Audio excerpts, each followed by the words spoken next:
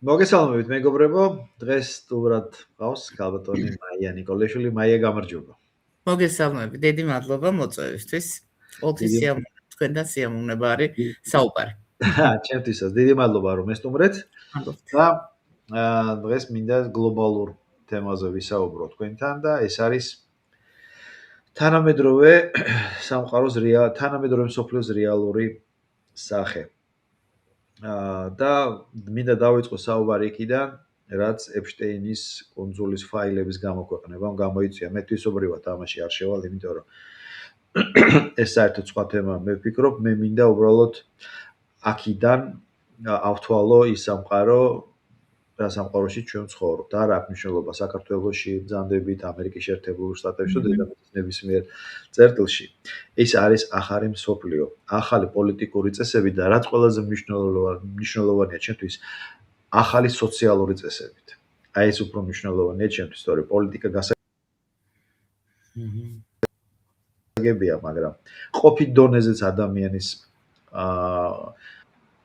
ეს ყველაფერი ეს მოვლენა უკავშირებ მე ზუსტად იმას, რომ დონალდ ტრამპის მოსვლის შემდეგ თითქოს ახალი ისტორია იწერება თანამედროვე მსოფლიოში. რამდენად მეთანხმებით ქალბატონო მაია, რომ ეს ასეა და რაში ხედავთ ძირითად მიზეზებს, თუ შეიძლება აი ამ მოვლენას მიზეზები გქონდეს. მენაც საინტერესო გააკეთეთ, იცით, რომ აი დაახლოებით 7 წინადადების ჩამოყრა მოვასწარე უკვე. როცა აზრი თქვენ საუბართან ერთად უსებ აზრი რო ჩდება. ნამდვილად იცით, თქვენ თქვით ახალი მსოფლიო, მართლა ახალი მსოფლიო არის და ჩვენთვის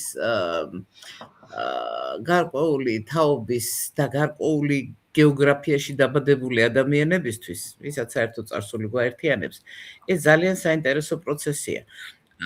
ჯერ ვიტყვი იმას, რომ ჩვენ სხვანაირად ვუყურებთ.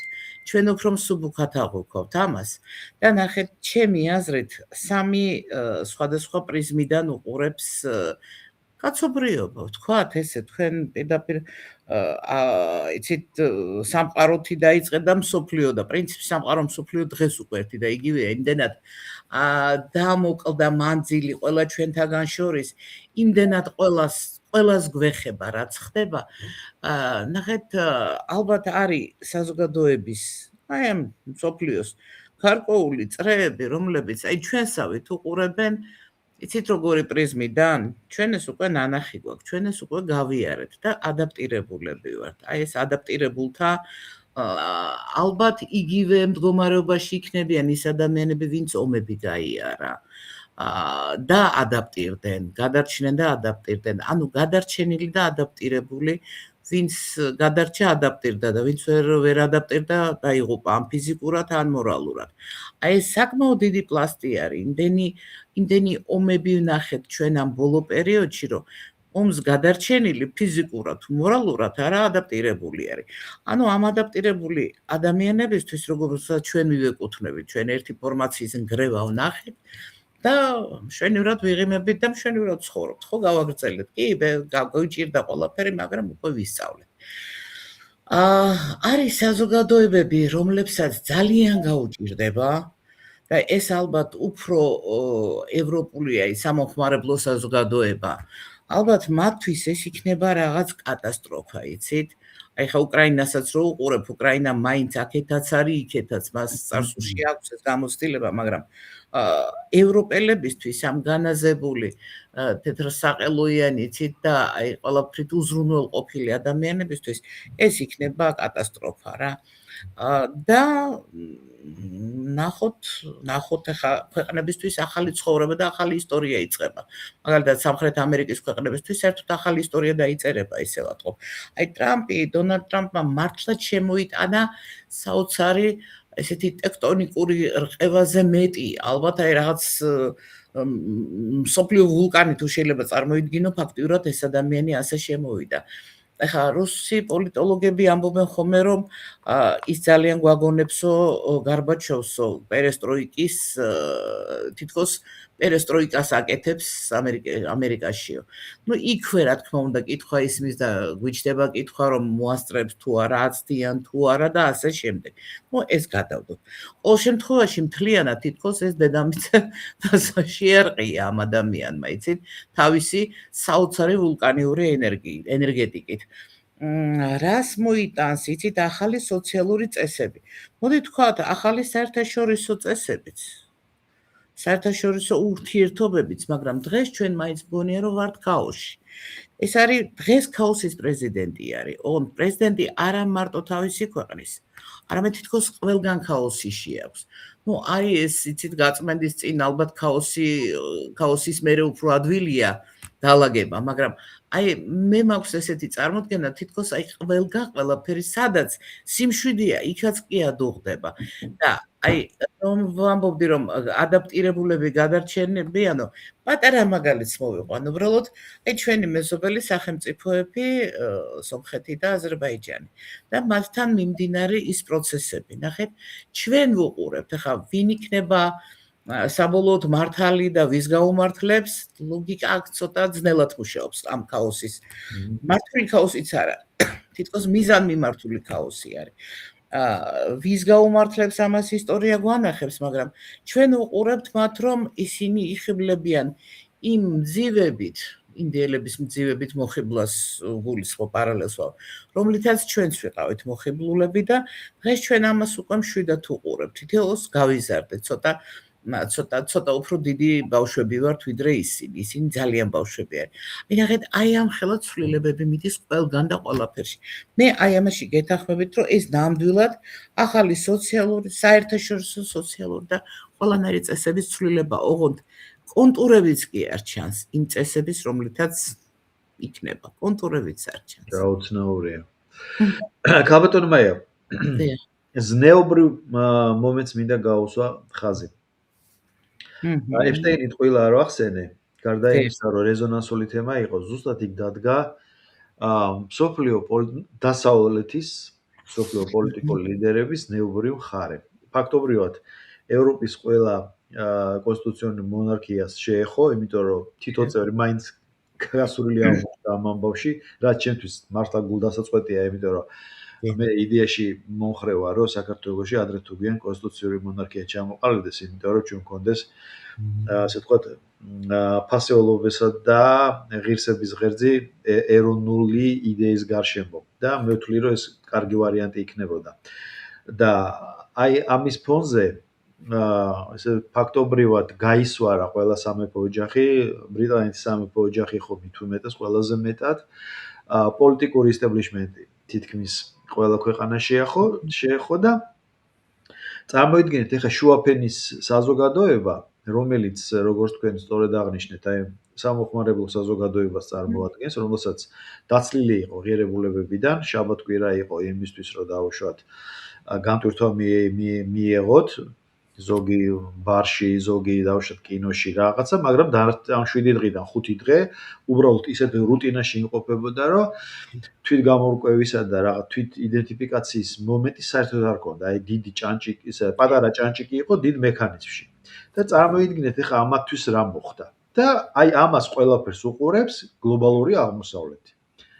რუსეთი, ჩინეთი, ინდოეთი და ქვემოთ კიდე მუსლიმური სამყარო. ეხლა ახლო აღმოსავლეთს მაგათთვის არ ცხელა, მაგრამ აი წარმოიდგინეთ, საზოგადოების ნაწილი ხო არის, მათაც აქვს ტელევიზორი, მათაც აქვს რადიო. აი ეს ბზარი, აი დასავლურ ყოფით კულტურასა და გლობალურ აღმოსავლეთს შორის. რა დისონანს მოიტანს ისეც, რომ შესაძლოა დაუშვათ მსოფლიო მართლაც ორ ნაწილად გაიყოს. არა მარტო პოლიტიკური ფორმით, არამედ მართლა აი ღირებულებით ნაწილს. ძალიან საინტერესო ისევ და ისევ კარგი ტონი დაიწყეთ. ზნეობრივი მომენტი. და ზნეობრივი მომენტი იყო ყოველთვის თუ გადავხედავთ ჩვენ მსოფლიო ისტორიას, მე ხა ისტორია მოყვარული ვარ და აქედან გამომდინარე ესეთ სიღრმეებში რა თქმა უნდა არ შევალ, მაგრამ ამ მოყვარულის დონეზე დანახული ყოველთვის ზნეობრივი მომენტი ცვლიდა ისტორიას პრინციპში. ნახეთ, სოდომი და გომორა ხო აი იქედან ადამიანის და ევას ცოდვა. ზუსტად ეს იყო, ხო? ანუ ზნეობრივი მომენტით ხდებოდა ყველაფერი. თითქოს იცი და აი ამ ზნეობრივ მომენტს რაღაც ღირებულებითი აუცილებლად ახლავს. თუმცა უცებ წავიდეთ ეპშტეინზე, რა მოვლენა იყო ეს და რატომ იყო საჭირო ეს ეხლა გახსნილიყო ეს ყველაფერი აი ამ ვულკანურ ტრამპთან ერთად და ტრამპის დროს. ნუ ხა ამბობენ რომ ირანზე თავდასხმის გადადების გადასაფარად და რაღაც, მაგრამ არა აქ უფრო ბევრად დიდი რაღაც არის ჩემი აზრით, იცით? ნუ უნდა დანგრეულიყო ის რაც იყო. ალბათ მაინც ჩვენ თუ წავალთ, მაინც აქ ისევ სარწმუნოებრივ და ისევ ღირებულებებთან მივალთ. ზნეობრივიდან გადავალთ ისევ ღირებულებებთან რატომ? ნახეთ, თითქმის 300 წელია საფრანგეთის და ბრიტანეთის ესეთი ფარული ომის შემდეგ, როდესაც ყალიბდება გარკვეული ოჯახები, წრეები, რომლებიც ძლიერდება, რომლებიც ქმნიან თავის საოცარ ჩრდილოვან იმპერიებს, ასე ვთქვათ, ჩრდილოვანი იმპერიები, რომლებიც მართავენ ძალიან ბევრს.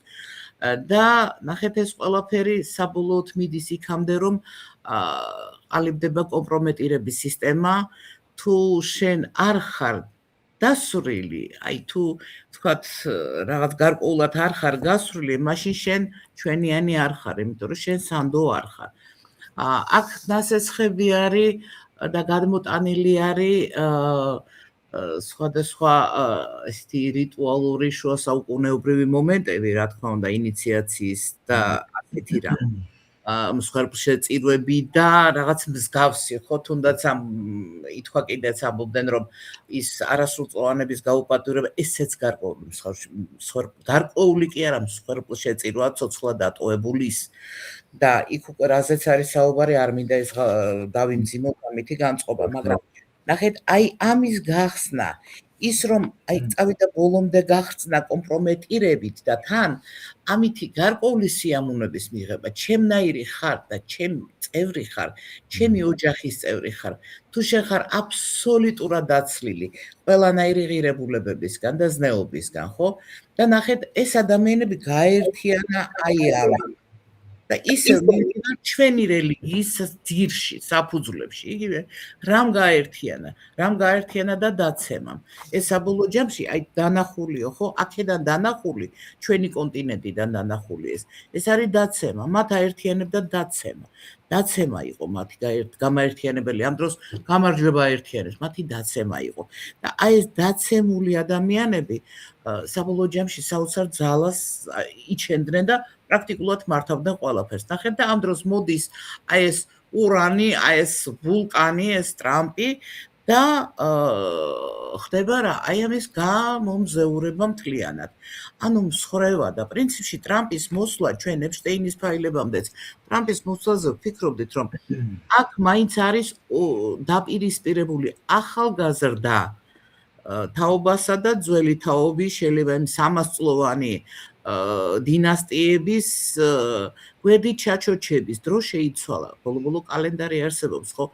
და მუდმივად მსოფლიოს მმართველები არ უნდა იყოთ თქვენ. ან უბრალოდ წილები უნდა გადანაწილდეს. ეს ძალიან კარგად ვიცით, მე ხა გამიკვირდა ძალიან მომეწონა ესეთი გამოთქმა იყო, რომ მე-20 საუკუნის ბოლოსო მსოფლიოს მართავდა ისო, ვისიც იყო ქარხნებიო და ვისიც იყო ნავთობის ანძები ქვია ალბათ. და ვიშკები, ასე ვთქვათ. კოშკები, ხო, კოშკურები. კოშკები და მისი იყო მე-21 საუკუნის დასაწყისშიო. მართავდა ის, ვისიც იყო მედიაო, ვინც ფლობდა მედიასო და მე რომ ჩომსკი წავიკითხე, გამოგონდი, რომ ესე იგი, როდესაც ვნახე, რომ მედია თურმე რამდენად მართულიყო და თან ეს დაიწერა ამერიკაში.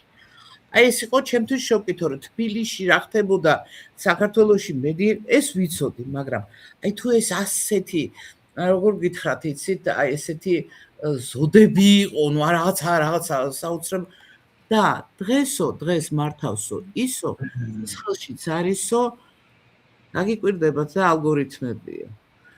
აი ეს იყო ჩემთვის ნახეთ რამდენად შეიცვალა ეს ყველაფერი თან როგორ მოკლე დროში ალგორითმებით მართვა ადამიანის გონების კოგნიტური ომები манипуляციები ასე შემდეგ და საინტერესო ნახეთ ეპშტეინის ამიტომ ეს უნდა განადგურდეს ესენი უნდა გაშიშვლდნენ ეს კართაგენი უნდა დაინგრეს ხო და ეს ინგრევა ხა როგორ უყურებს ამას სხვათა შორის მე გამიკვირდა რომ ძალიან ნაკლებად ახსენებენ ჩვენთან ვლადიმერ პუტინის 2017 წლის მიუნხენის სიტყვას არადა ეხლა ხანს მოусმინე კიდე უბრალოდ მაინტერესებდა თითქოს რაღაცა წინასწარმეტყველური არის იმ ყველაფრის რაც მერე ხდება აი ამ ცივილიზაციურ ღირებულებითის იცით და ამის გაფრთხილება იყო და მართლაც ხდება ეს და დღეს ვხედავ ჩვენ ეს გახლეთ ჩვენ რას თქვენ აი ეს უზარმაზარი ნაპრალი ცივილიზაციურ ღირებულებითი არის და პატარა ეპშტეინები იმ კოლონიურ მართლობაში ყველგან შემოიტანეს ჩვენც ქონდა ჩვენი ეპშტეინის ფაილები რომელიც სამეგრელოში იქნა ნანახი და ალბათ კიდევ რამდენი იყო და რამდენს აქვს ის ფაილები დარჩენილი აქ რომ ვითომ განადგურდა მაგრამ მისი ასლები აუცილებლად იქნება ხო ეს მთელი სისტემა კასრების თემას ამბობთ, ხო? კასრების თემას ვამბობ, დიახ. ანუ ეს იყო მართლობის სტილი და ინიციაციის სტილი. იცით, თუ ამას არ გააკეთებ, ჩემიანი არ ახარ. თუ ამას არ გააკეთებ, ხელფას არ მიიღებ.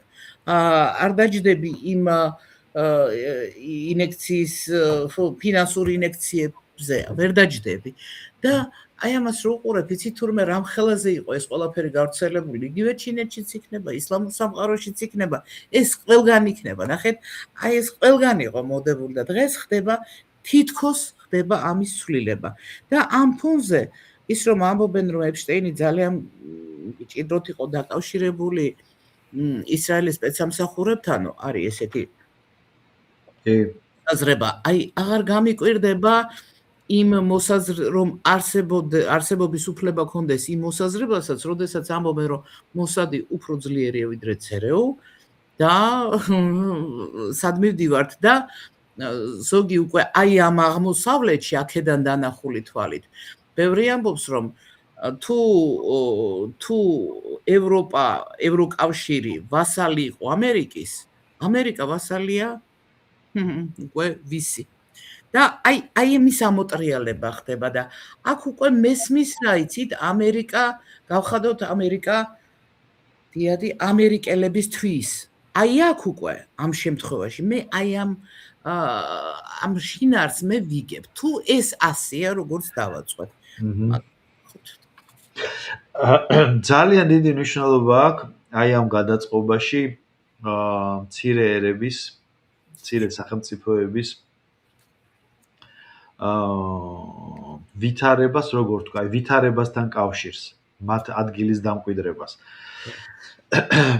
ესე იგი, საქართველოს გავსი მაცხოვრებლები და ფართობით ქვეყნები არის ევროპაში, სამხრეთ კავკასიაში და დედამიწის სხვადასხვა კუთხეში. როგორც იტყვი ამ ყველა თავს გზას იპოვის, მე მაინტერესებს ერთი რამ, რომ ჩვენ 35 წლის მანძილზე გვქონდა ერთი სამიზნე. და აღმოჩნდა, რომ სამიზნე არ იყო story. იქ არ ვიხედებოდით, ან იმ ღირებულებებზე არ ქონდა სწორება. მაგრამ საქართველოს საზოგადოებაში რუსთაველზე მიმდინარე მიტინგები გვაჩვენებს, რომ ქართული საზოგადოება მე მაქვს მაგის თვისუფლება და თქვენც ალბათ რომ აბსოლუტური უმრავლესობა თქვათ რომ ორიენტირის ძიებაში ვართ და იმ სამიზნეს ახლა გავასწორებთ, მაგრამ არის საზოგადოების ნაწილი, განსაკუთრებით მე ახალგაზრდებზე მწყდება გული, ჩვენ ამას ნაწილობრივ წინასაუბარშიც შევეხეთ. აი ამათვის რა უნდა იყოს? აი ეს ტრანსფორმაცია როგორ უნდა მოხდეს? და აქვე ვიტყვი ზუსტად კონტექსტში, რომ ესე იგი უკვე გავრცელებულია ინფორმაცია, რომ ევროკავშირში მიიღეს ესეთი გადაწყვეტილება, რომ ტრანსგენდერი ქალები გაუტოლდნენ ბუნებრივ ქალებს. და აი წარმოიდგინეთ რა სიტუაციას მივიღებთ. რომ იქნება დაშვება საპირფარეშოებში, იქნება დაშვება მე ჰიგიენიდან იმიტომ დავიწყე, რომ ყველაზე სენსიტიურ გზნობებს ვეხები. იქნება სასკოლო და სტუდენტური სპორტული შეჯიბრებები, სადაც ახლა რატომაც ბიჭები ვინც გადაწყვიტა რატომაც გოგოა მიიღონ ქალთა კლუბებში, ეს შეეხება უკვე ოლიმპიურ სახეობებს და ეს შეეხება ზოგადად მეცნიერულ კვლევით სამეცნიერო ფენას, ხო? და აი წარმოიდგინეთ, დასავლეთი ამას თავაზობს, ჩვენ სამიზნე გასწორების პროცესში ვართ და ესე ვთქვათ, დაგვჭა ეს ჩვენი ახალგაზრდობა, რომელსაც უბრალოდ სამიზნე აღარ აქვთ. აი დღემდე რო კიდე ევროკავშირის დროში დადიან, როცა ევროკავშირმა თქვა, რომ ნუ საქართველოს ჯერჯერობით ბოდიში მოიხადეთ, ნატოზე რო არაფერი არ ვთქვა. აი ამ უცნაურ მდგომარეობიდან, როგორ ფიქრობთ, გალბატონო მაია?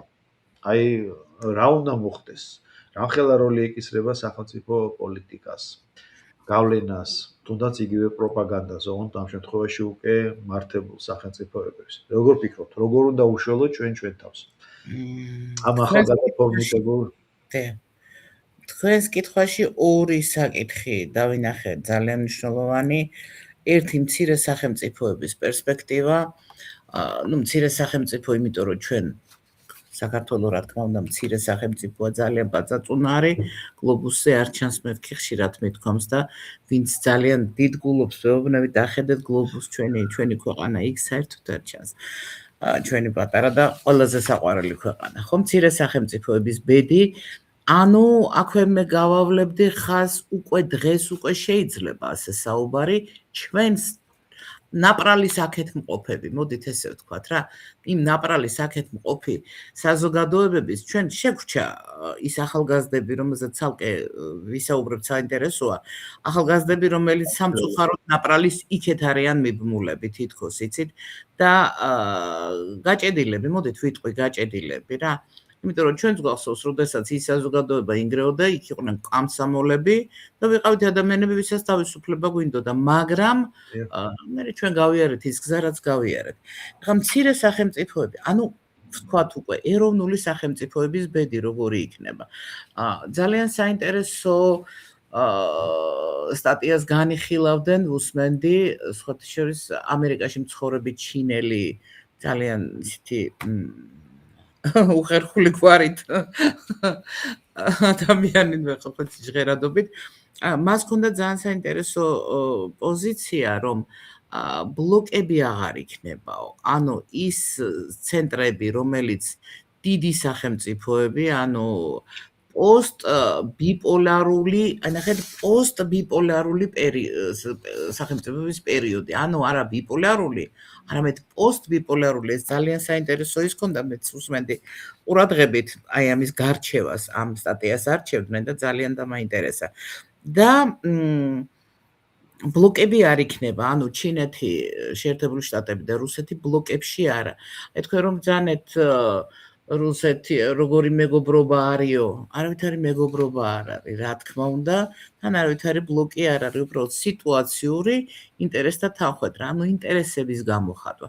აი აქ ჩვენისთანა პატარა მცირე ეროვნული სახელმწიფო, თუ არ იქნება ეროვნული სახელმწიფო, რა თქმა უნდა, ჩაიყლაპება და სხვათა შორის სომხეთის პერსპექტივაზე საუბრობენ 1,5 მილიონი მცხოვრებით, რომელსაც არანაირი წიაღისეული არ აქვს და უცებ გაჩნდა ამბიცია, რომ უზარმაზარი ატომური ენერგიის მმართველი უნდა გახდეს ამერიკის დახმარებით, ამერიკისგან ძალიან შორს, ირანის გვერდით, თურქეთის გვერდით და ნუ აიცით ეღიმება, მაგრამ აი აქ ნახეთ ეროვნულობას არა, მათი პატრიარქს მე არ ვიცი რა ეწოდება სტატუსი როგორია, მაგრამ პრაქტიკულად მათი პატრიარქი ციხეშია, აქ ძალიან ღირებულებითი არეულობა არის და ბევრად მეტი სომეხი ცხოვრობს, ბევრად რამდენჯერმე მეტი ცხოვრობს ქვეყნის გარეთ ვიდრე სომხეთში, ხო? და აი ეროვნული სახელმწიფოს პრეტენზიას ის არ გამოთქვამს დღეს. და ალბათ ღმერთმა რა თქმა უნდა კარგად ამყოფოს ცუდს არ უსურვებ, მაგრამ მაგალითისთვის მოვიყვანე სახელმწიფოები, რომლებიც არ შეიმოსებიან ეროვნული სახელმწიფოს სამოსელში, ჩემი აზრით მათ განადგურება ემუქრებათ, ისინი ასიმილაციაც კი არა, განადგურება, უბრალოდ დანაწევრება, ჩემი აზრით ასე იქნება. და ჩვენი ორიენტირი, ჩვენი ფოკუსი უნდა გავასწოროთ, რეფრეიმინგი გვჭირდება ჩვენ აუცილებლად. და მე მაინც მგონია, რომ ჩვენ დღეს ვაგვიანებთ. ალბათ გაერთიანების გარეშე, გარკვეული გაერთიანების გარეშე ჩვენი სახელმწიფოებს ძალიან გაუჭირდება. ძალიან გაუჭირდება. ბოლო-ბოლო ბალტიისპირეთის ქვეყნები ისინი არ არიან საკმაოდ დაპირისპირებული არიან ერთმანეთთან, მაგრამ ნახეთ, მაინც ერთად განიხილებიან და ჩვენ ვერავისთან ვერ განვიხილებით. ამ ბოლო პერიოდმა საერთოდ აჩვენა, იცით, რომ საერთოდ აზერბაიჯანი სხვა სტრუქტურის ქვეყანა, სომხეთის სხვა სტრუქტურის და უცებ საქართველო, რომელიც ძალიან ევროპული იყო, მაგრამ ისევ დაუბრუნდები იმას, რომ ჩვენ არავის წინააღმდეგი, ანუ მტრობაზე უარი ვთქვით, ვინმეს მტრობაზე. ნეიტრალიტეტი არ არის ეს და ნეიტრალური პოზიცია არ არის. ეს არის ძალიან პრაგმატული, ძალიან ფრთხილი და პრაგმატული გავიარეთ. გავგებთ და დიახ. დაუბრუნდები მაშინ ახალგაზრდობას, გადავალ ახალგაზრდობაზე. რა ვუყოთ მათ, იცით? ბატონ სოსო მანჯავიძეს ჰქონდა ასეთი გადაცემა გონიერი და ეს იყო რამდენიმე წლის წინ ერთი ომამდე ალბათ ამ დიდ ომამდე და მაშინ საუბრობდით იმაზე რომ იცით მიდის მანიპულაციურია მედია საოცრად მანიპულაციურია ჩემს ახლობელს ვუთხარი იცით რა ეროსიმ შექმნა ქართული მედიას გარკვეული რაღაც ბრენდი შექმნა ეროსიმ და ნუ ხონდა შეიცვალოს ყველა იმას აგრძელებს მეთქი რა ახალი არ ყოფილა და ახლა მაგალითად არის ერთი ტელევიზია რომელიც პირდაპირ კალკი არის ზემოქმედების იცით ზუსტად როგორ მართო ემოცია როგორ გარდაქმნა და ამაზე ვისაუბრეთ შიზოფრენოგენულ პატერნებზე ვისაუბრეთ მე მაგალითად რო შევისწავლე 33-ის შევისწავლე და 33-ი არის რამდენი მეტია ამბობენ რომ მეტია ზოგადად მეტია მაგრამ ეს 33 არის ძლიერი და იცით ნებისმიერ ადამიანს დაუნგრევ აბსოლუტურად ყველა ფილტრებს აბსოლუტურად ყველაფერს და იქ რასაც გინდა იმას ჩადებ აი ალგორითმებიო რომ ითქვა ის ცოტა სხვა კონტექსტში ითქვა მაგრამ მე მაგალითად აგადმოვიტანდი რაც უფრო ვუყურებ დაუშვათ იმ ადამიანებს რომლებიც ქუჩაში დადიან მით უფრო განვიხიბლე მართალი გითხრათ ადამიანის სულიერ იცით აი კანტისეულ იმპერატივში იცით რატო ხედავ რომ აქ ალგორითმები მუშაობს ხედავ როგორი ადვილია მართვა მათი ემოციების და როგორ იცით ბიორობოტების დონეზე დაყვანა შეიძლება იმ ალგორითმებით შეიძლება ჩვეულებრივ გონებაზე მანიპულაციის ალგორითმებით შეიძლება ადამიანი დაიყვანო ბიორობოტის დონეზე მისცე ბრძანება გამოვიდეს ყვირის რუსულია კანონი ოღონდ ამაზე არ ვისაუბრებ არანაირი ლოგიკური აზროვნება იმ ალგორითმსაც რამხელა ალგორითმი რომ გესმოდეს ძალიან დიდი გონება ჭირდება მაგრამ ალგორითმით მუშაობს ის ვინც მათ მართავს და მათ ელემენტარული ალგორითმის აღქმის უნარიც არ აქვს და დღეს როდესაც ახლა ვუსმენდი დებატებს და ის უნივერსიტეტები ბევრი უნდა გაუქმდეს რაზეა საუბარი აი იქიდან წამოვიდა იცით კულტივირება ხდებოდა და თუ მკითხავთ რომ აქ ერთ საინტერესო მიგნებას გავაკეთებდი კიდე წაღა მინდოდა თქვენ ბრძანეთ ჭანჭიკები და ადამიანები რომელიც მე ვნახე ამერიკაში ეს მაგრამ მე როდესაც ამერიკა ვნახე მაშინ სასტუმროში ყველა უჯრაში ბიბლია იდო რა ყველა ნომერში ყველგან ბიბლია იყო და ეხლა ალბათ აღარ არის ესე და მახსოვს წაგუყვანეს პროფესორმა წაგუყვანა მართლმადიდებულ ეკლესიაში თითო რა თქმა უნდა არ იყო მართლმადიდებელი მაგრამ პატივი უცა წაგუყვანა და თქვენ წარმოიდგინეთ ხა ინგლისური გაქცეული ინგლისური ვიცი მაგრამ დამაჭერინა ბიბლია და რო არ მიყვებოდი თითით მაჩვენებდა და მე ჩემთვის ეს რთული იყო მაგრამ მოხატა ეს ანუ მე ესეთი ამერიკა ვნახე იმის მერე აღარ მინახავს და ალბათ ჯობია ესეთი დავიმახსოვრო როგორც მაშინ იყო და წარმოიდგინეთ 2000-იანი წლები იყო რა და წარმოიდგინეთ ჭანჭიკები მართლა დილის 5 საათზე დაწყებული მათი ცხოვრება და საღამოს 9 საათზე ყველას რო ეძინა მე ამან გამაოგნა და აი ჭანჭიკები გამახსენდა რა იცით გურჯიევის ჭანჭიკების თეორია რომელსაც სტალინი იყენებდა საკმაოდ წარმატებით, ხო, საბჭოთა კავშირს ამას უწუნებდნენ და ჩვენ დღეს ვხედავთ, რომ ამერიკაში არის ზუსტად ეს ადამიანის ჩაბმა, გურჯი, ჭანჭიკი ადამიანი და მეტი არაფერი. ეხლა წამოვიდეთ აი ამ ჩვენ ახალგაზრდობასთან ისევ ჭანჭიკებით და ისევ გურჯიებით წამოვიდეთ, აი ჭანჭიკებიდან გამომდინარე, ჭანჭიკების თეორიიდან. ეს ადამიანები, რომლებიც აი დღესაც ჩაიარეს აქ ჭავჭავაძეზე, ესენი ჭანჭიკები არიან, იცით? აბსოლუტურად მართული ალგორითმებით მართული ჭანჭიკები არიან და მაშინ, როდესაც ბატონ სოსოსთან საუბრობდით ამაზე, მიმამკითხა, რომ ამის ანტიდოტი რა არისო? ანუ რით შეიძლება, არ ვიცი მეთქი წარმოდგენა არ მაქვს. დღეს რო ვუკვირდები, იცით? აი იგივე ილია უნი ხო, რომელიც ვიცით, რომ პედაგოგიური ინსტიტუტი პუშკინი იყო, ხო, ჩვენ დროს. იქ რას ასწავლდნენ? იქ ასწავლდნენ ბავშვების, ეს იყო აკადემია ბავშვების აღზრდის. მომავალი თაობის აღზრდის აკადემია იყო. და ის ფსიქოლოგები, თურმე, ვიგოცკი და ის საბჭოთა, იცით, პედაგოგიური ფსიქოლოგია. აი, ჩემი აზრით, ზუსტად ის არის მოსაშველიებელი, იმიტომ რომ ბიჰევიორიზმმა, ყველა აი ეს ბიჰევიორიზმზე აწყობილმა დასავლურმა ფსიქოლოგიამ მიგვიყვანა იქამდე, რომ როლური დაბნეულობა ახალგაზრდის აღიქმება გამოხატვის თავისუფლებად და საბჭოთა აი ესეთი ტიპის მოზარდთა ფსიქოლოგიაზე, ვინც მუშაობდა, ბავშვთა და მოზარდთა ფსიქოლოგიაზე, მათ ეს არ ეშლებოდათ და ალბათ ფსიქოლოგია ზუსტად აი ამ ნაპრალის აქეთ ჯობია ჩვენ ის ფსიქოლოგია ამოვიღოთ და ის ვისაც ძალიან უჭირს და ეს ალგორითმები ძალიან არის უკვე ისე რომ ვეღარაფერ შველი, იცით, უსმენდი ადამიანს, რომელიც სექტებზე მუშაობს და თქვა, რომ ეს არის საოცრებო, ეს არის ურთულესი მოვლენაო და თვითონ ვიღაცის კონკრეტული პირის გადასარჩენად სექტაში შევიდა. ეს ნებაყოფლობით. ნებაყოფლობით, კი, იმიტომ რომ პროფესორი არის და ზუსტად აი ამის სპეციალისტია. შევიდა, მაგრამ თქვა, რომ 72 საათზე მეტი. მეც კი, რომ გავჩერებულიყავიო, უკვე ჩემზეც იმოქმედებდა. ნახეთ 72 საათი. და ჩვენ აი ტელევიზიიდან ვუყურებთ ნაპრალის მაქეთ და ნაპრალის აქეთ ყველანი და ჩვენ იქედან ვიმართებოდით აი ამ ყუთიდან 1984-ში მეტი ხო არ არის სულ ჩართული იყო და არ ახსოვს ბავშვობა ვერ იხსენებს ბავშვობას ეს აუცილებლად არის და ჩემი აზრით ამას ჩვენ აი ის ფსიქოლოგია რომელიც იყო პედაგოგიური ფსიქოლოგია აი ჩვენ ის უნდა ამოვწიოთ აუცილებლად და მეორე რა ვქნა და მაკარენკო გემახსოვრებათ მაკარენკო, რომელმაც მაწანწალა ბავშვები, ბევრს გაუკვირდა, სხვათა შორის ბევრს არ ხსოვნებია მაკარენკო, არა და გამოგდით რა იყო მაკარენკო ხო არა ხარ. ბავშვები მაწანწალა ბავშვები, რომელსაც მშობლები არ ყავდათ, შრომით და სწავლით მოახდინა მათი სოციალიზაცია, საზოგადოებას დაუბრუნა. ჩემი აზრით, შეიძლება ძალიან მკაცრი პროპტექნიკუმის მოდელი ქონდა.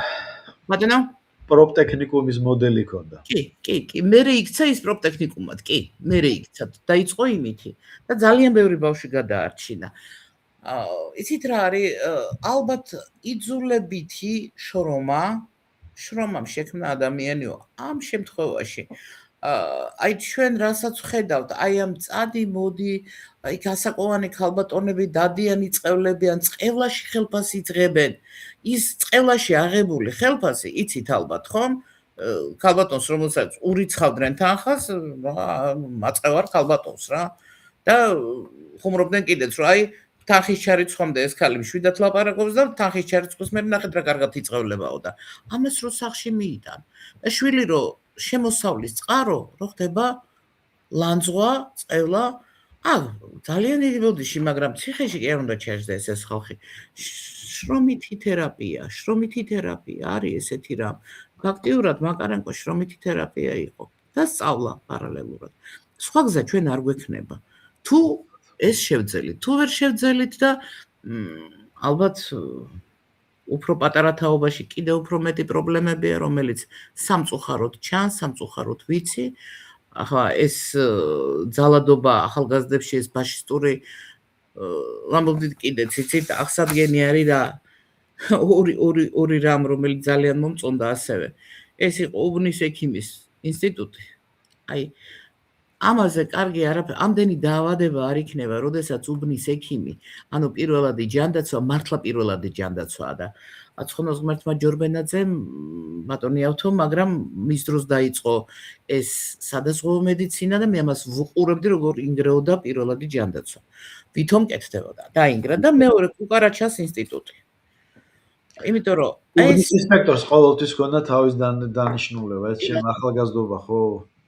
ჩვენ ხო გვახსოვს ეს რა იყო? ხამბაშიძე და ცომაია გეხსოვებათ ჩვენ უბანში ყველას ეშინოდა ბიჭებს რამეს და აი გვარებიც კი მახსოვს რამდენი წელი გავიდა ხო რამდენი აწლული გავიდა და აი ეს გვარებიც მახსოვს და ამას ქონდა ისინი არ იყვნენ უბნის ინსპექტორები მაგრამ უბანი იცოდნენ გვარამე იყო ხო მაგრამ იმათ უბანი იცოდა კი უბანი იცოდნენ იცით და ის ვინც მუშაობდა უბანი იცოდა და არაყაშვილის მილიცია განთქმული იყო იქედან ზუსტად კი მაგრამ სახეზე ცნობდნენ სუყანანი და ისინი ცნობდნენ ბიჭებს ვინ შეიძლება რაღაცა აი ეს თუ არ აღვადგენეთ არა ჩვენ ეს ვინც ქუჩაში დარბის ეს მონაგონია იმასთან დამერწმუნეთ კრიმინოლოგია ვიცი და კრიმინალის სახე აი პროფილი კარგად ვიცი ზუსტად ის უარეს იქნება აი ეს მაგალითად ევროკავშირის დროშის მერე შემდეგ რო იარას აიღებს ხო აი იქნება ყველაზე ცუდი. მე ერთ-ერთ მიზეზად ამ ყველაფრისა ვხედავ უღმერთობას. და მე ნამდვილად არ მეგონა ამერიკის შეერთებულ შტატებში რომ მოხვდი, ვიყავი 59 წლის, თითქმის 59 წლის, ჩამოყალიბებული ფსიქიკით, სოციალური, ჩემი სოფხედელობით, სოციალური ხედვით და არასოდეს არ მეგონა თუ რელიგიას ჰქონდა ასეთი დატვირთვა ადამიანის მოდგმისთვის. პირდაპირ გაგებით. დრო რო გადიოდა, მე ვნახე რას ნიშნავს ნიველირება საერთო ამ ღირებულების. ჩემ თვალწინ მოხდა. ჩემ თვალწინ, აი აქ, ზუსტად, იმიტომ რომ მე ვიმყოფები ალბათ დედამიწის ზურგზე ყველაზე კოსმოპოლიტურ ქალაქში. და მეექვსე ავენიუზე არის ესეთი ეკლესია, ძალიან ლამაზი, ნუ გოთიკური სტილის არის ახლა თქვენ ნამყოფი ხართ, იცით? ნიუ-იორკში არა. მსგავსი კონსტრუქციის იქნება და მსგავსი არქიტექტურა შტატებში ძალიან განსხვავდება მართლმადიდებლო სლავური ან ქართულისგან მით უმეტეს ნუ ქართული ეკლესია ტიპიური არა კი არა გოთიკური სტილი კი ხო გოთიკური სტილი და რამ გამავცვიფ რა რომ პირველად ვიკითხე ესე იგი რომ გავიგე ამ შენობაში შიგნიდან იყო ნეონის განათება და ნუ სანამ წამოვიდოდი მე მახსოვს ევროპაში რომ დაიწყეს ამის ოფიციალურად ნიველირება რომ გადაცეს ეკლესიები სხვა კონფესიის რელიგიებზე და მათ თავის ჭკუაზე მოარგეს მერე გადაცეს კორდობალეტის საკონცერტო დასებს და ასე შემდეგ ნუ ეს ნანახი მქონდა და უკრაინაში ხო ნუ უკვე აღარ მიკვირდა მაგრამ აქ რო ჩამოვედი ჩემი თვალით რო ნახე მე ვერ წარმომედგინა რომ როგორ შეიძლება ეკლესიაში ნეონური განათება იყოს ხო ხვდებით აი ეს ძალიან მკვეთრი ფერები და მე ვკითხე მოკლედ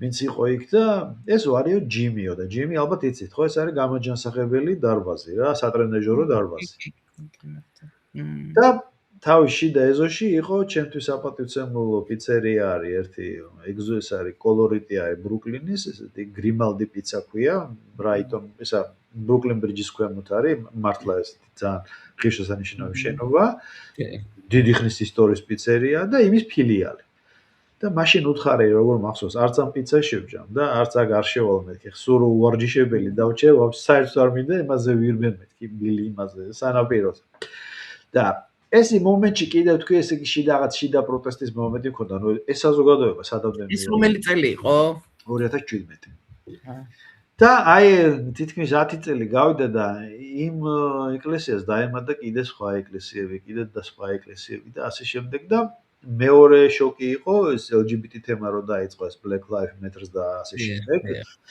და თითქმის ყველა მე ხა ნამდვილად არ მოვიტყუები, არ გავაზვიადებ, მაგრამ თითქმის ყველა ეკლესიაზე გადმოკიდეს ეს LGBTQ დროშები. და აი მაშინ კი ნამდვილად უკვე მივხვდი, რომ ეს საზოგადოება იყო, სადაც ღმერთის დაკარგვასთან ერთად დაიკარგებოდა ადამიანის სახე. იმიტომ რომ ადამიანური მოდგმა რაზე დგას, ხო? თუ ღმერთი არ არსებობს, ხო. ყველაფერი დაშვებულია. ეცია სამყაროზე და უფალზე. არ აქვს მნიშვნელობა რომელი კონფესიის არ უნდა. რა თქმა უნდა. და ეხლა ეს იმიტომ ვისაუბრე ამდენი, რომ მაინტერესებს ერთი რამ, რომ აი მაგალითად საქართველოს მოდელი რო ავიღოთ, მართლმადიდებლური ეკლესია, მე როგორც ვიცი, კანონმდებლობით არის დამოუკიდებელი ინსტიტუტი. და წესი და რიგით არ მონაწილეობს პოლიტიკურ პროცესებში. ალბათ ეს ასაც უნდა იყოს. მაგრამ მე რა მაინტერესებს იცი? აი ამ ეკლესიას ან მაგალითად სასულიერო აკადემიას სემინარიას, ანუ რაც საპატრიარქოსთან არის დაკავშირებული. არ იქნებოდა უკრაინულად დაუშვათ უმაღლეს სასწავლებლებში, სკოლებში რაღაცა და დამატებითი საათი რო ყოფილიყო. შეიძლება არის, ბოლოს მე არ ვიცი და თუ არის თქვენგან მათთ რამდენად ეს კარგია თუ ცუდია. და მაინტერესებს კიდე რა, იცით რომ რამდენად დიდი მნიშვნელობა ექნება კიდე მომავალში, როცა ეს საპატრიარქო გვინდა თუ არ გვინდა, მე დიდ პატივს დიდი საყვარელი ბაბუასავით ყავს ჩემი პატრიარქი და როცა მოხდება ეს დროის ცვალებადობა, აი ეს ახალი ფორმაციის ქართული ეკლესია, ქართულმა ეკლესიამ რა როლი უნდა შეასრულოს უკვე იმ მომავლის საქართველოში, რომელი მომავალს იცი, რომელიც აი ხვალ დადგება, ზეგდამაზე კი არა, ხვალ. და აი ის რო არ მოხდეს, რაც მე აქ ვნახე რა. იცით, მე ეკლესიის საკითხებში ალბათ ჩვეულებრივ როგორც აეროპირი შევალ, რომელიც არ მორწმუნე, არ მართლმადიდებელი გენეტიკურად, ასე ვთქვათ, და ვამბობ, რომ გენეტიკურად მართლმადიდებელი ვარ, რომელიც რწმენაში შევედი მხოლოდ მონათლული, რა თქმა უნდა, ვიყავი კომუნისტურ ეპოქაში, მაგრამ რწმენაში შევედი ჩემი სპეციალობა, რომ ღრმად შევისწავლე მაშინ. მეც ნომინალური მართლმადიდებელი ვარ, ვინმე არ ეფიქროს, ეხლა მე დავუშვათ რომის პავზე მეტი კათოლიკე ვარ, უბრალოდ მე ვიცი ამას რა დატვირთვა აქ. მე იმდენად ეკლესიური არ ვარ, რამდენადაც მორწმუნე უფრო ძლიერი ვარ. რწმენა ჩემში აბსოლუტურად ძალიან ძლიერია.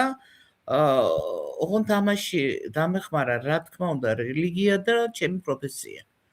ჩემი პროფესია მიმიყვანა ფაქტიურად, მე აი ამ ისეთ როგორ წმენამდე, რომელსაც არავის თავს არ ახავ, მაგრამ იცი რომ ესე არის. აი ეს რასაც თქვენ ამბობთ, აი 2017, მე 2002-2003 წლის ამერიკა, სადაც პატივისცემა იყო ის, რომ წაგვიყვანეს მართლმადიდებლურ ეკლესიაში და რომ თქვათ ერთი თვე ვიყავი და ერთი თვის განმავლობაში ეკლესიაში რომ არ ვიქნებოდი, ეს ალბათ ჩათვალეს რომ ის იყო და პატივი გვცეს, ეს ძალიან კარგი ჟესტი იყო. უღმერთობა, რომელიც თქვენ თვალწინ განვითარდა, ეს რამხელა როგორი საინტერესო პროცესი არის, თან როგორ დაჩქარებულია ყველაფერი. ხო სულ 2 კვირის წინ ეპშტეინზე საუბრობდა ყველა. დღეს ნახეთ რომ უკვე ჩავარდა, პრინციპში აღარ არის ისეთი აქტუალური, იმდენად სწრაფად ვითარდება მოვლენები, რომ იმდენად არავს ახალი უკვე ყველაფერს ძალიან აქტუალურს, რომ თითქოს უცებ გახუნდება ხოლმე. და ნახეთ, აი ამ სისწრაფეში თქვენი შოკი, რომელიც თქვენ თქვით რომ მიიღეთ, მე მომენტალურად გამახსენდა რა იცით, პეტერბურგში, სადაც ცხოვრობდი, ეკლესიები, ხო ვიცოდი, ხა იქ საოცარი ულამაზესია, მართლა ულამაზესი ქალაქია და ეკლესიები, რომელიც ვიცოდი, რომ საბჭოთა პერიოდში საწყობებად იყო ქცეული. ანუ იქაც მსგავსი განვითარდა, შეხედეთ, მსგავსი რამ იყო. რომ არ ყოფილიყო ალბათ ქართული ჩარევა და ლენინის კურსის ცვლილება, ტროცკისტული კურსის ცვლილება, ზამიაწინის მიდან გამომდინარე, იქაც იქნებოდა ქალი, ყველასია, კაცი, თავისუფალია. ზამიაწინის ეს იყო ფაქტიურად დოქტრინა და ესეც იყო. და მოდით აი გაუბრალოთ ვარაუდის დონეზე ვთქვათ, რომ ეს ხომ არ იყო ტროცკიზმის გაგრძელება მაშინ იმ პროექტში ვერ განვითარებული ტროცკიზმის გაგრძელება და ასე დაჩქარებულად ამ ყველაფრის რელიგიის, ეკლესიების შეურაცხყოფა. ახლა ჩვენ ვამბობთ, რომ რუსეთმაო შეგვიღებაო შეათეთრაო ქართული ეკლესიებო და ამას განვიცდით, ხო? მაგრამ ეს რა რიცით ეკლესია დატოვა, ხო? შეათეთრა, მაგრამ როცა ეკლესიაში კულინარიული შოუ იმართება, თუნდაც იგივე თან საათ კიევო-პეჩორის ლავრაში, რომელიც არის, არ ვიცი, მე დამყოფი ვარ და ეს რაღაცა საოცრება არის. ეს არის ცალკე სამყარო, ხო? აი ამ ხელა შეურაცხყოფა ის, რასაც თქვენ ყვებით, რაც თქვენ ნახეთ, ხო? აი ეს არის თითქოს ტროცკიზმის გაგრძელება, ნუ ტროცკიზმი ალბათ მართლა 300 წელი იყო გარკვეული დოქტრინალურად უკვე გამზადებული ის, როგორ უნდა აჩქარებული იყო და როგორ უნდა დასრულებულიყო ადამიანად ყოფნა. იცი ადამიანად ყოფნა და ადამიანად არ ყოფნა, ხო? ადამიანის გავსად ყოფნა და ადამიანობის შენარჩუნება. მოდით მივიდეთ აი ამ ნაპრალთან, დავბრუნდეთ ამ ნაპრალთან რა. ჩვენ ვცდილობთ ადამიანობის შენარჩუნებას ეროვნული სახელმწიფოს საბურველში და ეკლესია არის იცით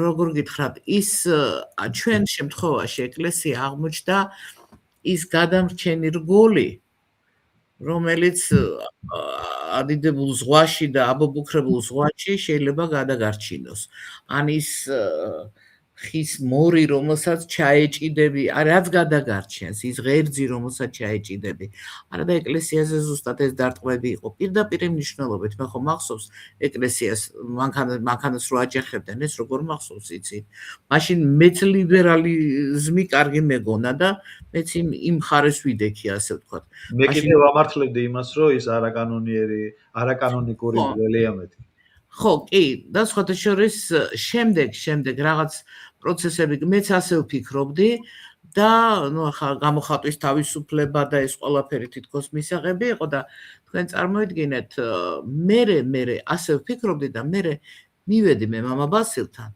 წლების მერე დავჯექი და უთხარი რა ესე იყო მეთქი რა და მინდა პატიება გთხოვოთ რომ მე ასე ვფიქრობდი მეთქი რა ხო და ძალიან დიცულოვნად სხვათა შორის ისე არც მეგონა თუ ესე მამძიმებდა ეს ყველაფერი და იქიდან გამოვედი ძალიან თავისუფალი და კანონიკური იყო თუ არ იყო არა ჩემთვის მივხვდი რომ ჩემთვის მე მაგას სულ არ ქონდა მნიშვნელობა ეკლესია ჯერ ერთი საქართველოში კონკორდატი მუშაობს ეს ძალიან დიდი რამ არის მეორე იცით მეკითხებიან ეკლესიას რატომ აქვს ამდენი მიწები იმიტომ რომ არ გაიყიდოს იმიტომ რომ საქართველოსთვის დარჩეს მეთქი ძალიან იცით ეჭვიანი ადამიანები ხო იცით ეკლესია ვდლები რატომ დადიან ჯიპებით ნუ კაი არ ვიცი მე რატო დადიან ჯიპებით მაგაზე პასუხი არ მაქვს მაგრამ ამ მიწები კონდეს ჯობია საპატრიარქოს კონდეს და ის არ გაიყიდება ის ქართულ მიწებად დარჩება ანუ ის არის უკვე დაზღვეული გაყიდვისგან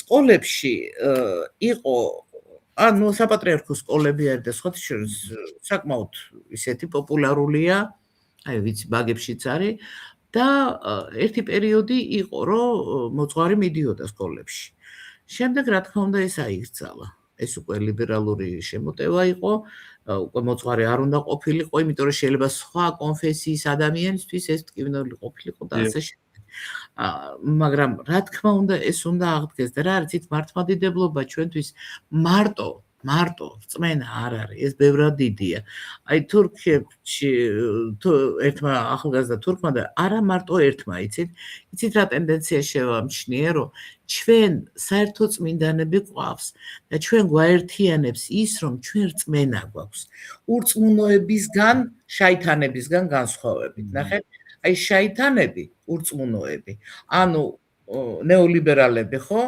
და ის ყველაფერი მთელი ის ვიტყვი ციტატას მოვიყვან ჭუჭყი ძონძიდან აგავი ხო ფილმი და ფილმში რომ არის აი მთელი ეს შაიტანების როგორც იმ კაცმა თქვა აი ეს ყველაფერი იცით ჩვენ მართლა გვაერთიანებს ჩინელებთანაც გვაერთიანებს იქ ცოტა თავისებური არის ხა ცუდად ვერ ყვები კონფუციანი რა ამას თავს ვერ დავდებ მაგრამ იგივე ისლამური სამყარო რომელიც ჩვენი საკმაოდ რთული წარსული გვაკავშირებს, არა, ბევრად ახლოა. მორწმუნე ურწმუნოს ყოველთვის მირჩევ.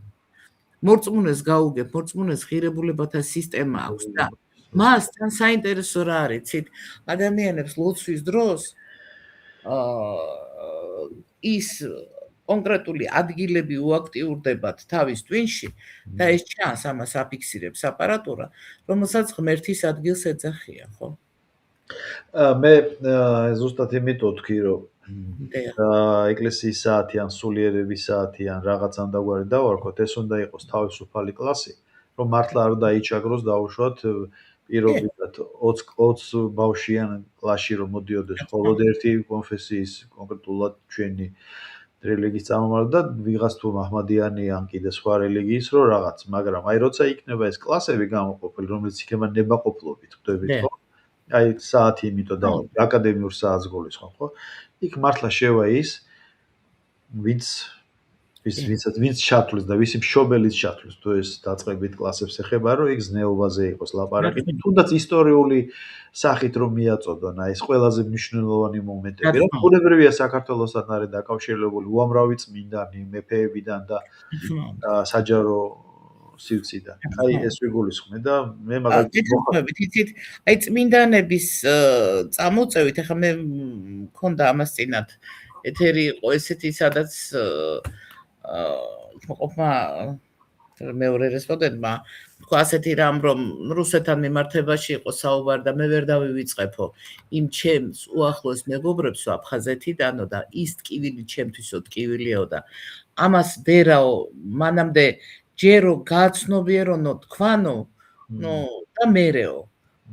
იცით ვერ უბრალოდ სხვა მასე წავედი და ჩემთვის ვიფიქრე და ქეთევან დედოფლის დაშანთული მკერდი არ გვტკივა? ამ პაატას მოჭრილი თავი არ გვტკივა? არ შეიძლება იცით გეოგრაფიულად ტკივილის შერჩევითი მახსოვრობა. ამიტომ ამ წმინდანებით, რაც თქვენ ბრძანეთ, გეთანხმებით, ამით ჯერ ერთი საქართველოს ისტორია სხვა მხრიდან ანახეთ. აი ზუსტად სხვა მხრიდან რომ დავარ. სხვა მხრიდან დანახული არის. მეორე, აი იცით ღირებულებათა სისტემის ჩამოყალიბებას არა პირდაპირ ალგორითმით გონებაზე ზემოქმედებით კი არ აკეთებ. აჩვენებ იმით, რომ სიყვარულით თურმე რაზე წავიდა ადამიანის სამშობლო სიყვარულით. და აქ უკვე მივდივართ სადამდე, იცით, რომ რაც უნდა იყოს ჩვენი, აი ამ დღეს ძალიან ესეთი ხმაურიანი და ბევრ დისკუსიას რო იწვევს განათლების რეფორმის, რას ვაშენებთ ჩვენ? ეროვნულ სახელმწიფოს თუ გლობალისტურს? ვის ვზრდით ჩვენ? სოფლიო მოქალაქეს თუ ქართულ პატრიოტს? საქართველოს პატრიოტს იქნება ის მუსლიმი თუ მართლმადიდებელი საქართველოს. აი ჩვენ ეს მთავარი საკითხი გვა გასარკვევი და მე აქედან იგივე ალგორითმი გამოვიყენოთ, ოღონდ კარგი მნიშვნელობით. ნახეთ, რას ვაშენებთ? ამას თუ ამას? თუ ამას ვაშენებთ, იქ უკვე შემდეგი ტოტი იხსნება ალგორითმის, მაშინ ესე უნდა გაკეთდეს, მაგრამ აი ჯერ სამწუხაროდ ეს ვერ ნახეთ.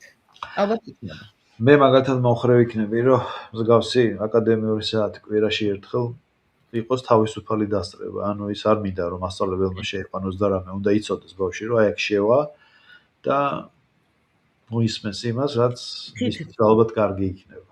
რაშია საქმე იცით? რაღაც ლამაზი უნდა იყოს, რაღაცით უნდა მოიქცეს. იწულებითი არ უნდა იყოს, ხვდებით ხო? ეს უნდა იყოს ზუსტად თუ გულში რო შევიდეს რა და არა აი გეტყვით პატარა ხა ჩემ შვილიშვილმა პატარა დაინახა ბიბლია, რომელიც არის ულამაზესი.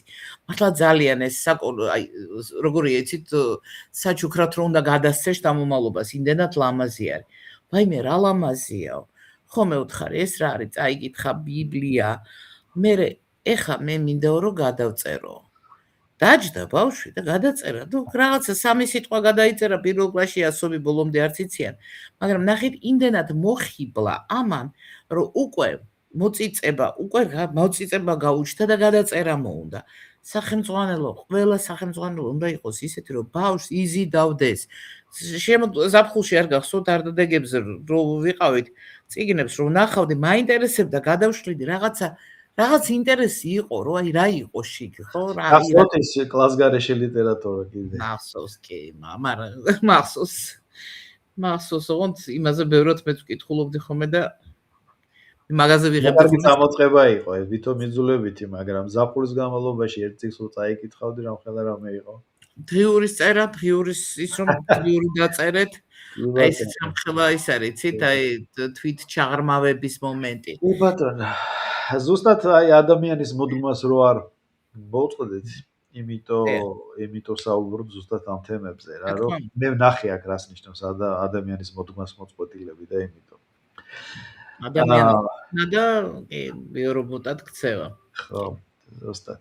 მოხარეთ. და მე ძალიან მინდა ქალბატონმაია ჩვენს პირველ საუბრისას ჩვენ შევეხეთ განათლების რეფორმას და თქვენი ვარაუდი გამოთქმით, რომ ორივე ამ უმაღლეს სასწავლებელს აქვს უდიდესი ისტორია და ტრადიცია. და მე როგორც ვიცი ახლა პრემიერ-მინისტრის განცხადებით, ეს ორი უმაღლეს სასწავლებელი დარჩება ავტონომიური, თავის ტრადიციებთან და კულტურასთან ერთად, უბრალოდ მოხდება რეფორმირება. და თუ შეიძლება რომ გითხრათ, რამდენადაც ეს ახლა კომპაქტურად შეიძლება ითქვას, რა შერჩება პოლიტექნიკურს და რა იქნება უნივერსიტეტი და კარგია თუ არა ეს საბოლოო ჯამში. გამოცხადდა ეს ყველაფერი ჩვენ მაშინ თქვით, რომ ფორმასა და შინაარსს ჩვენ დავობდით ყველანი ფორმაზე. ფორმა იყო მიუღებელი, მაგრამ შინაარსი არ ვიცოდით. ოღონდ ის რომ რეფორმირება საჭირო იყო, ამაზე თანხმდებოდით. პოლიტექნიკური ინსტიტუტი, მე მაინც ესე ვიტყვი, ანუ ხო, პოლიტექნიკური. იცით, საქართველოს დღეს ყველაზე მეტად სჭირდება ამ დარგების განვითარება. თუ ჩვენ განვეხილებით თუ ჩვენ ჩავჯდებით მშვიდობა იქნა ჩვენს რეგიონში, ესეთი ლოჯისტიკური ჰაბი, რომელსაც დაჭირდება გზები, ხიდები და ასე შემდეგ, საინჟინრო სპეციალობები, რომელიც ჩვენ ძალიან დავკარგეთ. დღეს საინჟინრო სპეციალობებზე მოთხოვნა ბევრად დიდია, ვიდრე არსებობს ეს საქართველოში. მე ვთქვი, კიდევ 70+ გამოცდილი კადრები, რომლებსაც შეუძლია გააკეთოს ექსპერტიზა, თქვათ, პროექტის და აი ესეთი განსაკუთრებით რთულ დარგებში გეოდეზისტები და ეს კონსტრუქტორები ძალიან მაღალი ასაკია და სასწრაფოდ არის საჭირო სერიოზული კადრებით. აი ამ ხრივ რეფორმა რა თქმა უნდა აუცილებელია, მაგრამ იცით რა არის? მე მაინც მიმაჩნია, რომ თუ აი იმ თვით გადარჩენისთვის ბრძოლის გზაზე, როდესაც გახსნეს ბევრი ფაკულტეტი, თქვათ, თსეომ პოლიტექნიკურმა ინსტიტუტმა, თუ ტექნიკურმა უნივერსიტეტმა, იმ ფაკულტეტებმა გარკვეული დრო ისინი უკვე არსებობენ, ხო? 10 წლეულები მაინც არიან. თუ იქედა რომელიმე ძალიან კარგი გამოდგა და თუ იმან ჩამოაყალიბა მართლა კარგი სკოლა, აი ეს უნდა დატო ხარისხის მიხედვით, არა სიის მიხედვით, იცით? სიას რომ წაიკითხავ და თქვათ მინუს, არა, თუ აი ამ მართლა არეულ პერიოდში რომელიღაც მართლა კარგად განვითარდა, რა მოხდა რომ იყოს პირიქით? კარგად განვითარებულს, კარგად ამოსულს, ხე თუ ამოვიდა და კარგი ხია და რატო უნდა მოჭრა, ხო? დატო, ეხლა მე ვნახე ტრაბზონის შავი ზღვის პოლიტექნიკურ ინსტიტუტში არის წინვალე სამედიცინო კათედრა, რომელსაც აქვს იცით როგორი კლინიკა და როგორი აკადემიური დონე და რამხელა ჯერ რა შესაძლებლობების მე გავ პოლიტექნიკურ ინსტიტუტში თუ უნივერსიტეტშია. ანუ თუ კარგია, კარგი ყლორტი თუ ამოვიდა ის არ უნდა მოტეხო აცადე. თუ ამ ინსტიტუტებში არის რაღაც ახალი, მაგალითად სოციოლოგიის კათედრა ვიცი რომ ძალიან კარგი არის პოლიტექნიკურ ინსტიტუტში. არ უნდა მოწყვეტო ეს ყლორტი რა, პირიქით მიეცი. ხარისხის მიხედვით, ნახეთ ფორმა და შინაარსი ისე. თუ კარგია, თორე ახლა ზედმეტი ძალიან ბევრი ზედმეტი რო არ და მართლა ამდენი რო არ არის საჭირო, აქ ორი აზრი არ არის ხო? შედეგების მიხედვით ანუ შედეგების მიხედვით და ხარისხის მიხედვით, იცით? არა მექანიკურად, აი მექანიკურად არ შეიძლება არაფერზე მიდგომა. ხარისხი და ხარისხი. მეც მასე ვფიქრობ რა, იმიტომ რომ ესე რომ წმინდა წყლის რო დაყო, ჰუმანიტარული და ტექნიკური არ გამოვა, იმიტომ რომ იქ ხო მართლა როგორც თქვენ ბძანეთ, იქ ხო პირველი წელი ხო არ არის ყველაფერი გახსნილი და დანერგილი, ხო? იქ თაობებია უკვე გამოშვებული. რა თქმა უნდა. ძალიან კარგი მიხარია, რომ ჩვენი აზრი ამასთან დაკავშირებით ემთხვევა. ქაბატონ მაია, ერთ საინტერესო თემაზე მინდა ვისაუბრო საუბრის ბოლოსკენ. დიახ. საქართველოს პრემიერ-მინისტრმა შემოგთავაზა ესეთი ახალი სტილი, დებატები. და გიორგი გვიმრაძესთან მქონდა საუბარი და გიორგის ვკითხე წმინდა წყლის ტექნიკურად. ახლა თავადაც მიყავდა დებატები წინა საარჩევნო ადგილობრივ არჩევნებსა და მეთხარი ახოთ როგორც აი ტელეპროდუქტი. აი თქვენ გეკითხებით როგორც ფსიქოლოგს და როგორც ანალიტიკოს. რამდენად პროდუქტიულია საერთოდ ეს, იმიტომ რომ ესეც შოუს ხო არ დაემსგავსება როგორც ადრეული. შეიძლება იმიტომ რომ ჩვენ მართლა გამოცდილება არ ქონდა და თუ მართლა ჭიქა წყალს ვინმეს არ შეასხავდა, მანამდე იმას არავინ არ უყურებდა. ეხლა მაგალითად დღეს იყო სულ რაღაც რამდენიმე საათის წინ იმედის არხზე. ბოლომდე ვერ უყურე, ზუსტად ვუყურებდი და მაინტერესებს ბოლომდე მინდა უყურო. იცით, ეს ბოლო თითქოს დასაწყის უყურე, ბევრი ვერ მოვასწარე. თითქოს უფრო ჯდებოდა ფორმატში, მაგრამ იქ ალბათონმა პირდაპირ უარი განაცხადა მე დებატებისთვის არ მოსულვარო. მხოლოდ გამოვიყენეო თქვენი ეთერიო, ხო? ეთერიო რა, პრაქტიკულად ეს თქვა. იცით რა, პირველი ალბათ პრემიერ-მინისტრის ასე ხშირად ამ ფორმატში არ ვისურვებდი ყოფნას. პრემიერ-მინისტრი მაინც სხვა ფიგურა არის და ალბათ ცოტა კი არა, ძალიან კვალიფიციური პირები უნდა იყვნენ მის პირისპირ. ამ დებატებში არა მარტო დღევანდელში, რაც ჩარტა და ყველაში არ მომწონს ის, რომ პროფესიონალები და პოლიტიკოსები, პოლიტიკური ნიშნითაც. არ შეიძლება პროფესიონალების და პოლიტიკოსების ერთად დასმა და ზოგადად დებატები არ უნდა იყოს, ჩემი აზრით უნდა იყოს დისკუსია. დებატები წინა საარჩევნო ერთ-ერთ ტელეარხზე საერთოდ წუთებია ჩართული და ის სუფთა წინა საარჩევნო კანდიდატების პაექრობას გავს და იქ რომ რაიმე აზრი ჩამოაყალიბო, ეს არ არის. ანუ კლიპური აზროვნების იმაში ზის, იცით, ქრონომეტრაჟში და საერთოდ გაუგებარია. ჩემი აზრით დებატები არ უნდა იყოს, უნდა იყოს დისკუსია დღეს საქართველოში. ძალიან საჭიროა და აუცილებელია ჩვენ რომ მსჯელობთ არა ფაქტიურად ჩვენ მსჯელობთ იმ თემებზე რაზეც უნდა დისკუსია იმართებოდეს გადაწყვეტილების მიღებამდე და ამისთვის ამაზე უნდა ეს არის თან იცით არა დათვლილი წუთებით და მესეჯ ბოქსებით და ესეთი კლიპური არა ნამდვილი დისკუსია არგუმენტირებული და არგუმენტირებული არ არის თქვენი გამონათქვამი, ეს მხოლოდ პრეტენზია არ უნდა იყოს. დრო უნდა მიცე ადამიანს არგუმენტირებისთვის და რა თქმა უნდა, პრემიერთან შეხვედრა უნდა ხდებოდეს მხოლოდ მას შემდეგ, რაც გარკვეულ იერარქიულ ფილტრს გაივლის გარკვეული სპეციალისტების მოსაზრებები და ის ადამიანები, ვისი მოსაზრებაც ყველაზე მისაღები იქნება, უკვე აი ამ ფილტრის იცით ჩვენ იერარქიის დაკარგვამ კულტურული იერარქიის დაკარგვა. ეპშტეინზე თქვეს, ეს იყო, გენიალური იყო, ძალიან მომეწონა სოციალური ალპინისტიო. ნახეთ, სოციალური ლიფტი ხომ არის? ალპინისტი, აი, ანუ ძალიან სწრაფად ავიდაო, როგორც ვიცი, უმაღლესი განათლებით არ იყო, ხო? ხო, არ იყო. ქონდა დასრულებული და ქონდა მათემატიკას ასწავლიდაო ადამიანი, რომელსაც არ ქონდა არანაირი განათლება ფიზიკის თუ მათემატიკის, არ ვიცი. სტატუსი არ ქონდა, დიპლომი არ ქონდა რეალურად, სერტიფიკატი თუ რაც ქვია. ხო, და სკოლაში ასწავლიდაო და რა არიცით, ხა რატო ვთქვი? აი, იერარქია საფეხურები ზრდის კადრებს ყველაზე კარგად.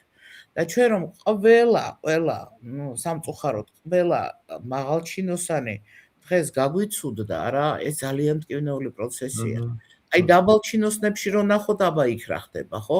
პროფესიონალი. ამიტომ ეს საფეხურები, რომლებიც უნდა გაიაროს ადამიანმა, თუნდაც იგივე დისკუსიაში, აი პრემიერ-მინისტრის პირისპირ დაჯდე, გარკვეული საფეხურები და შეესაბამებოდე უბრალოდ კლასს და კვალიფიკაციას. და შეესაბამებოდე არა პროდიუსერების გადაწყვეტილების შესაბამისად.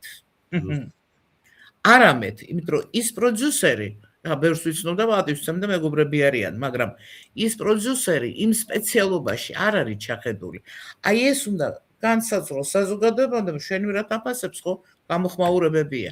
აი ვინც ყველაზე დამაჯერებელი არგუმენტირებულია, კონკურსივით უნდა იყოს პრემიერ-მინისტრის წინ დაჯდომა, მის პირისპირ დაჯდომა. ეს გარკვეული პრივილეგია უნდა იყოს, ოღონდ პრივილეგია აი აქედან და არა ნათესაობიდან, ნაცნობობით.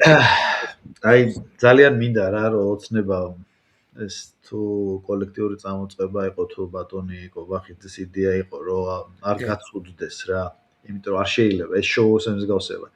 თან აბსოლუტურად დიამეტრალურად განსხვავებული ღირებულებების კვალიფიკაციისა და ასე შემდეგ ოპონირება ეს არ შეიძლება გაფუჭდება ეს წამოწყება რა და მე გული მწყება იმაზე რომ ხშირად ვამბობ ჩვენ რესპონდენტებთან რომ მართლა პარტიას ყავს ერთი ფრონტმენი და ესაა პრემიერ-მინისტრი ესე არ უნდა იყოს რა განათლების თემაზე უნდა გამოდიოდეს კვალიფიცირებული განათლების მინისტრი აგაშენოთ მშენებლობაზე და იმ არაბულ თუ რაღაცა პროექტებზე უნდა გამოდიოდეს ინფრასტრუქტურის მინისტრი და ადეკვატური მინისტრიც არის მინისტრიც არა მინისტრები პოლიტიკური ფიგურები არიან იბატონო მოადგილეები ან დარგის ხელმძღვანელი რომელმაც უკეთ იცის ვიდრე მინისტრმა ხო ფასებთან დაკავშირებით ზუსტად ხო აი ფასებთან დაკავშირებით ხარ ამხელა ქაოსი შეიძლება პრემიერ-მინისტრმა ისაუბროს ფასებზე როცა ფასის წარმოქმნის საკითხებზე ეკონომისტიც ვერ ისაუბრებს აი ის ვიწრო სპეციალობის მქონე ადამიანი რომელიც აი აქ ფას წარმოქმნის საბაჟოზე სულ სხვა ფას წარმოქმნას წარმოიდგინეთ ფასებზეც პრემიერ-მინისტრი იყო და დღეს კიდე გამოვიდა დღეს განათლების პროექტი აი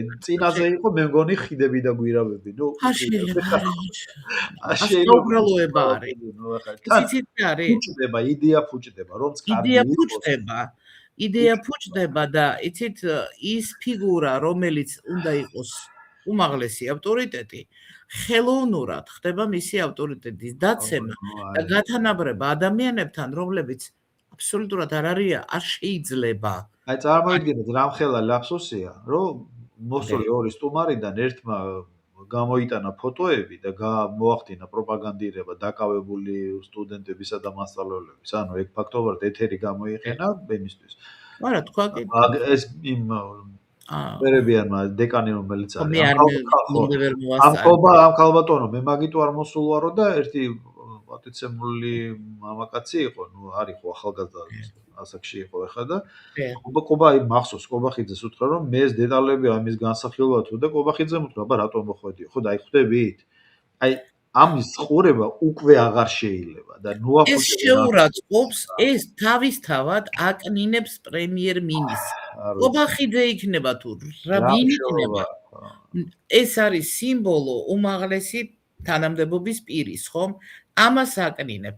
ერთი ციხეშია, ორი ციხეშია, სამი დამნაშავეა, ის არის.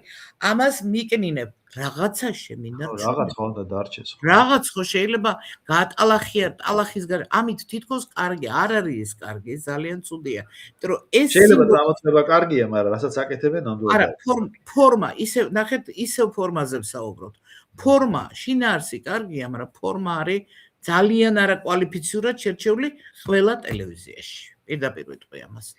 ყველა ტელევიზიაში. ალბათონო მაია, ძალიან საინტერესო საუბარი იყო და მე ვიცი რომ თბილისში კარგაგვარიანად გვიან არის და რამეს ხოლმე დაამატებდით აი ამ ჩვენ საუბარს, რომ დაგემშვიდობებით ორი მერიდება თქვენი. როგორი მაგ თენდება უკვე? არა, 3 საათი არ არის ჯერ და ესე რომ ჩემთვის მუშაობის დრო არის. ყველაზე ინტენსიური მუშაობას ამ დროს რა ვიცი, მშვიდობა მინდა ვისურვო და გავიაროთ როგორმე გავიაროთ ეს რთული პერიოდი. ყველამ ნაპრალს აქეთ, ნაპრალს იქეთ. აი ეს მინდა. ემას ძალიან კარგი. დიდი მადლობა კიდევ ერთხელ ხაბატონო. დიდი მადლობა. ძალიან დიდი მადლობა და როგორც ყოველთვის თქვენთან. უღრმესად ესეთი კარგი და ნაყოფიერი საუბარი გამოდის, იმიტომ რომ ჰუმანიტარებთან ადვილია საერთოდ საუბარი, თუ დავუშვათ პლუს მინუს არა, არც თლად ჰუმანიტარი არა ვარ, თქვენ წარმოვიდგინეთ ჩემი წყობით, ასე ვთქვათ რა. ხო. არა, მე რაღაც უფრო ფიზიკა და ქიმია როგორ იცით სკოლის მერე სამეცნიეროზე ვაბარებდი ფიზიკა, ქიმია და ძალიან მეყვარს. თქვენ გიცნობთ ხალხი როგორც მაინც ფსიქოლოგს, ექსპერტს და თუმცა საექსპერტო ბევრი ინტერესების, ფართო ინტერესების ბევრი რამ მაინტერესებს და ნუ რაც თავარია ახლა საუბრობ და დიდი მადლობა ამ საინტერესო საუბრისთვის. ხო, თქვენთან იხსნება ერთი საკითხიდან, იმდენი საინტერესო იხსნება, რომ აი გონებრივი შტურმი, ასე ვთქვათ, ერთხელ რომ ესეთი ფორმატიც გააკეთოთ, ალბათ ურიგო არ იქნება.